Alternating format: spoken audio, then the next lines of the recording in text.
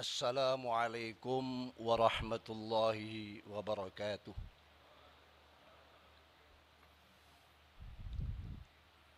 Bismillahirrahmanirrahim.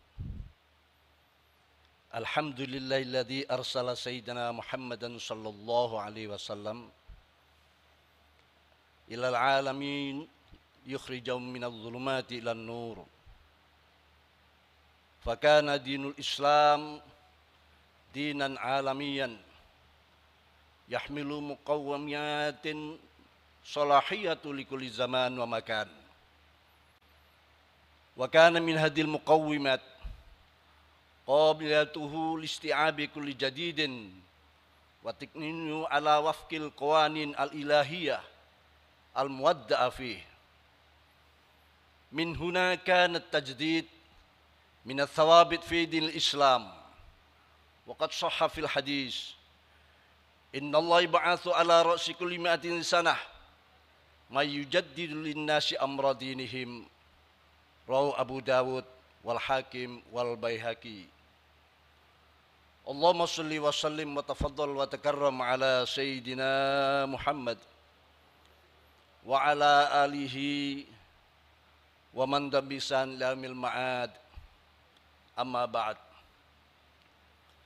Sadatil ulama al-aizza, ma'ali duyuf, sadatil musyayikh wal ulama wal zu'ama minal biladis sadiqah, as-sayyid ar-rais al-jumhuriyah al-Indonesia, Insinyur Joko Widodo, wa Ibu Iriana Jokowi, para menteri kabinet kerja, para duta besar negara sahabat, para pejabat negeri, pejabat tinggi, pimpinan ormas Islam dan ormas sosial politik, para pengamat, para peninjau, para masyayikh, mustasyarin PBNU, dan semua pengurus syuriah PBNU, pengurus tanfidiyah PBNU, sampai ke ranting hadirin hadirat rahmukumullah jami'an. Marhaban bi khudurikum fajazakumullah ahsanal jaza. Hadirin mu'tamirin rahmukumullah jami'an.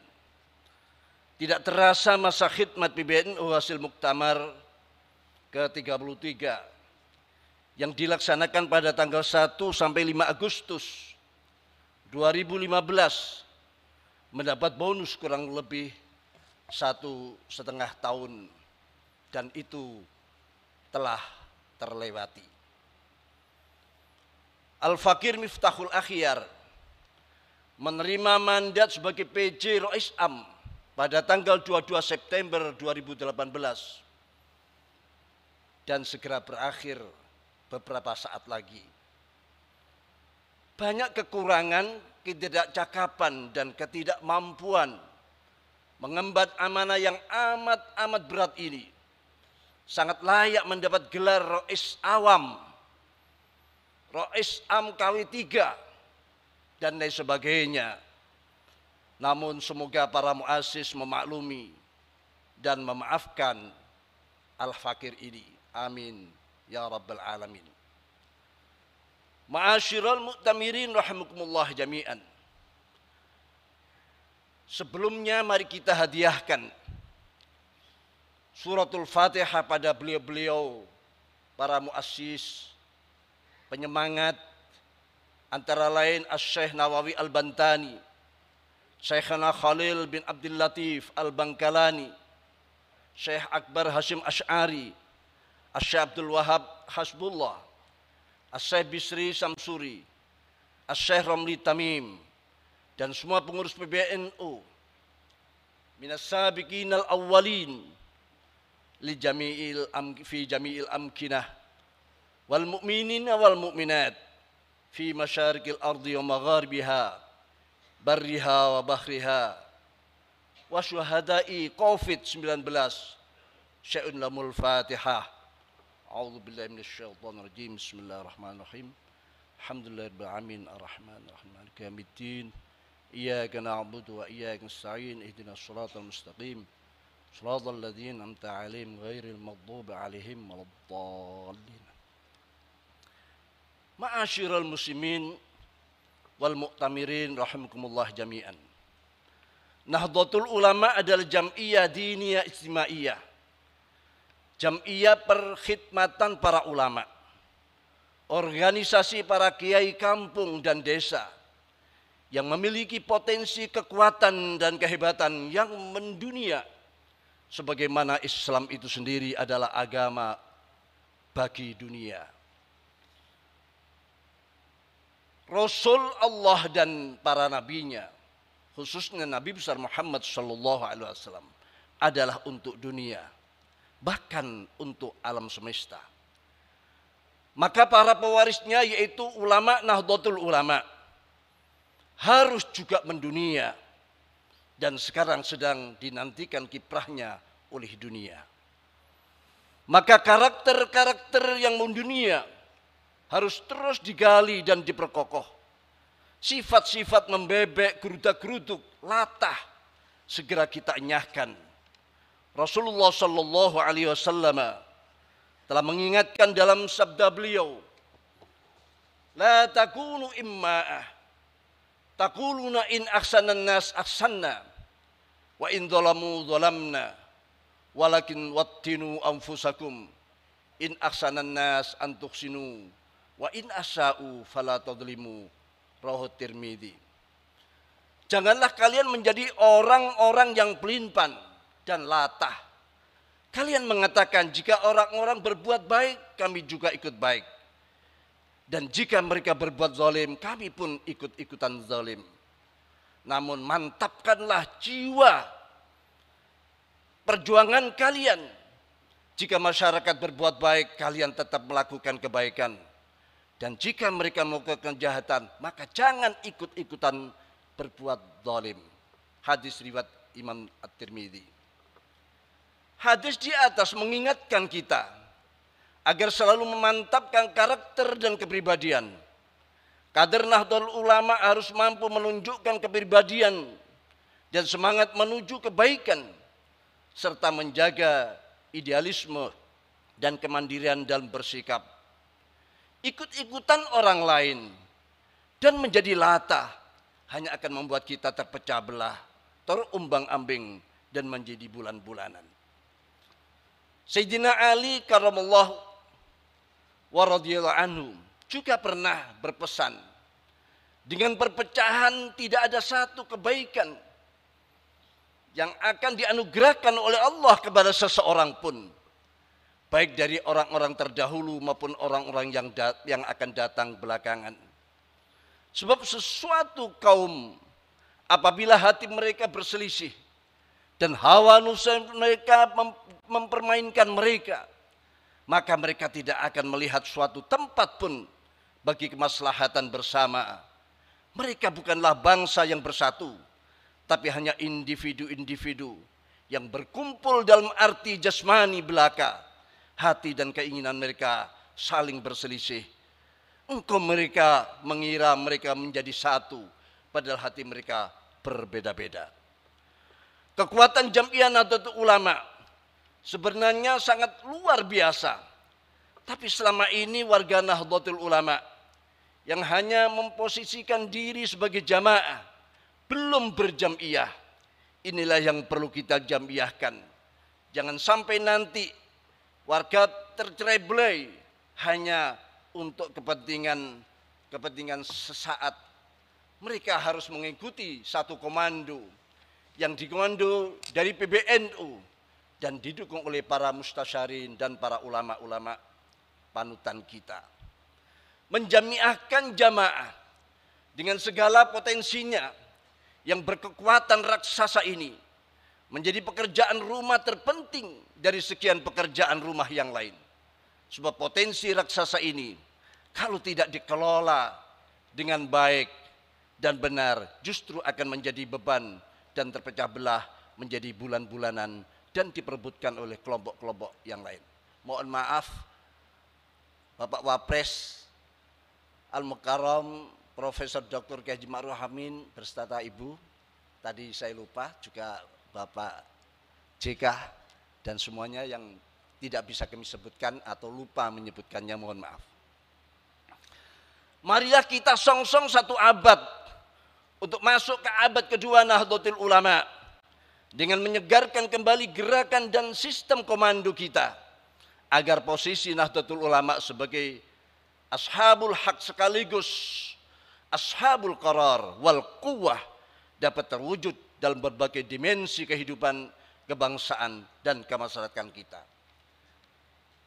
Rasulullah telah bersabda, innallaha ba'atsu ala ra'si kulli mi'atin sanah may yujaddidu lin-nasi amra dinihim, rawa Abu Dawud wal Hakim wal Baihaqi.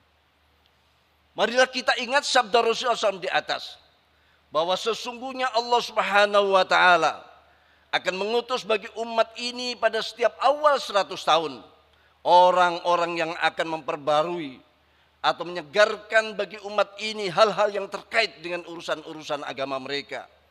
Saat ini dunia telah memasuki era revolusi industri 4.0. Marilah kita merenungkan dan merekontekstualisasi i'adatun nazar, apa yang salah dan apa yang benar dari perjalanan kita selama ini. Mari kita renungkan juga nilai-nilai yang telah ditanamkan oleh para pendahulu kita dalam bingkai teologi ukhuwah, yakni ukhuwah Islamiyah, persaudaraan internal umat Islam, ukhuwah wataniyah, persaudaraan kebangsaan, dan ukhuwah insaniyah, yakni basyariyah, persaudaraan kemanusiaan. Kita bisa tambahkan juga dengan ukhuwah nahdliyah di dalamnya.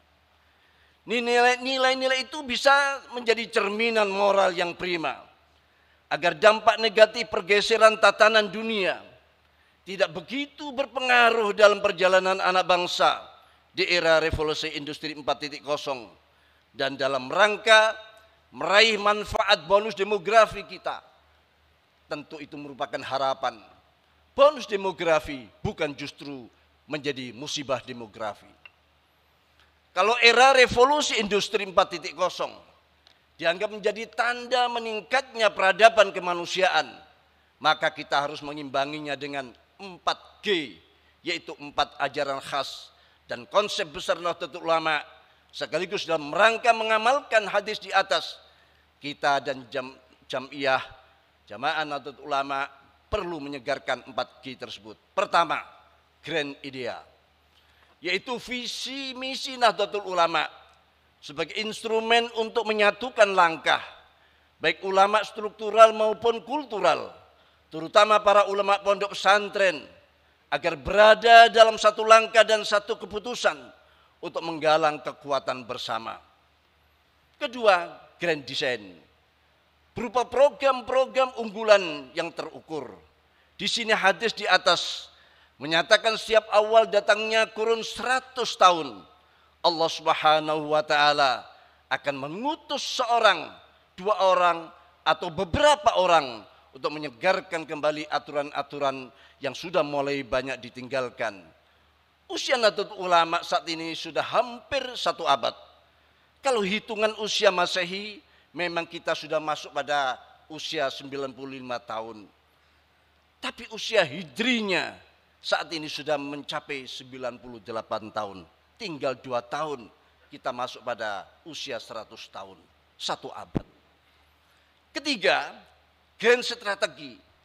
Ini bisa dilakukan dengan mengintensifkan penyebaran inovasi yang terencana, terarah dan dikelola dengan baik, serta distribusi kader-kader terbaik Nahdlatul Ulama ke ruang-ruang publik yang tersedia. Kader kita saat ini belum berperan maksimal di semua ruang-ruang publik yang ada.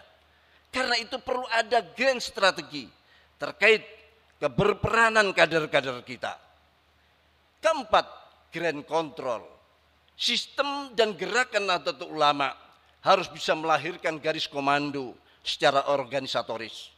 Dari PBNU sampai kepengurusan di tingkat anak ranting. Dari situ Nahdlatul Ulama akan menjadi organisasi keagamaan dan sosial yang bergerak secara sistemik, proaktif dan responsif setelah terus-menerus menebarkan kasih sayang, rahmatan lil alamin, Nahdlatul Ulama akan mampu menebarkan kemaslahatan di dunia sampai akhirat dan bersaing di segala bidang dengan organisasi-organisasi lainnya. Terkait hal ini, kita patut mengingat kembali isyarat yang disampaikan oleh Syekhana Khalil Bangkalan kepada Hadratus Syekh Hasyim Asy'ari menjelang pendirian Nahdlatul Ulama, isyarat berupa tongkat dan surat Toha ayat 17 sampai 23 disertai seutas tasbih. Yang di situ berisi kisah tongkat mukjizat Nabi Musa alaihissalam. Itu menegaskan bahwa Nahdlatul Ulama dilahirkan tiada lain kecuali untuk mengomando agar menjadi seperti tongkat sakti mukjizat Nabi Musa alaihissalam. Tongkat Nabi Musa alaihissalam adalah simbol sistem komando. Sistem sekarang pun tongkat menjadi simbol komando para panglima.